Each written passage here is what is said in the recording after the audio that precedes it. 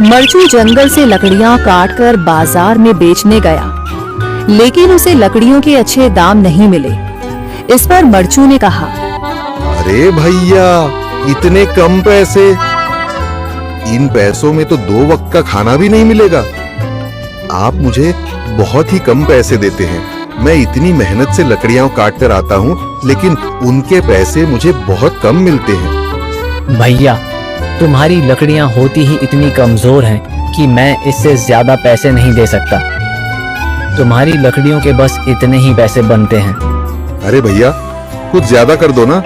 वो क्या है ना कि इन पैसों का तो कुछ भी नहीं आता। मैं अपनी जिंदगी कैसे गुजारूंगा? भैया, तुम जाकर अच्छी लकड़ियां लाओ, तभी इन लकड़ियों का अच्छा दाम मिल पाएगा, वरना इन लकड़ियों का तो यही दाम है।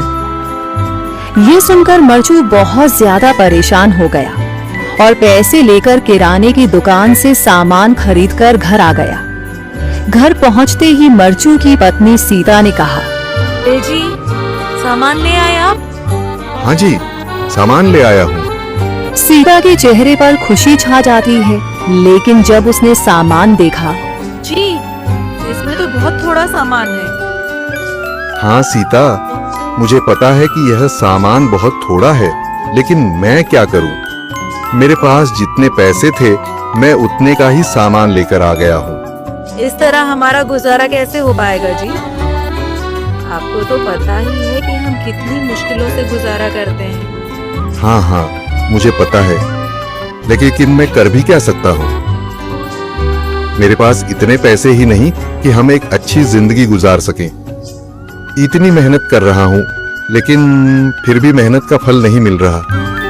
इतनी मेहनत से अच्छी लकड़ी काट कर आता हूँ, लेकिन मुनासिब दाम नहीं मिलता। मैं तो बहुत परेशान हूँ। क्या करूँ? कहाँ जाऊँ?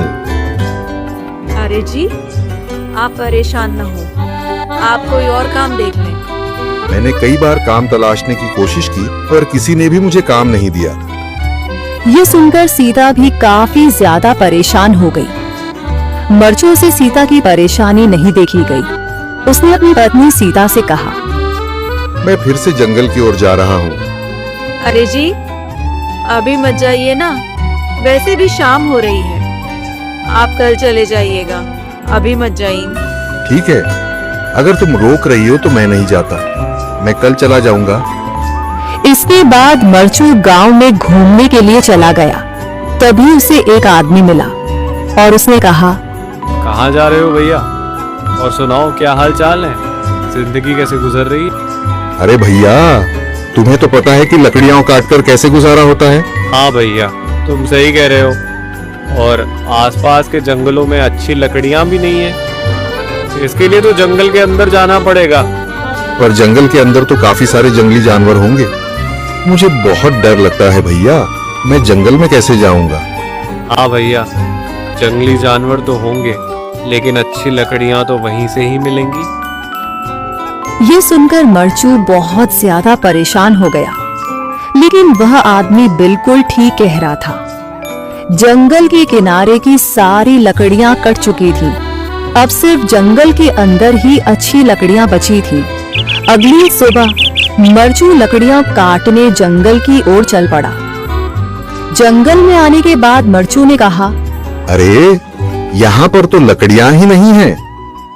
वो आदमी सही कह रहा था, लकड़ियों के लिए तो जंगल के अंदर ही जाना पड़ेगा। और जंगल के अंदर जाना क्या सही रहेगा? मुझे तो बहुत डर लग रहा है, क्योंकि वहां पर तो काफी सारे जंगली जानवर होंगे जो खतरनाक होंगे। अगर आज मैं जंगल के अंदर नहीं गया तो मैं आज घर पैसे लेकर नहीं जा सकूंगा, और फिर जब पैसे नहीं होंगे तो गुजारा कैसे होगा? मरचू जंगल के बाहर खड़ा सोचता ही रहा और फिर उसने सोचा, अरे, यहाँ पर भी कोई मजबूत पेड़ दिखाई नहीं दे रहा जिससे मैं लकड़ियां काटकर घर ले जा सकूं। लगता है और अंदर जाना पड़ेगा। यही सोचकर मरचू जंगल के अंदर चला गया। अंदर जाने के बाद उसने इधर उधर पेड़ देखे, पर उसे कोई भी अच्छा पेड़ दिखाई नहीं दिया। यह सोचकर मरचू जंगल के और अंदर चला आया।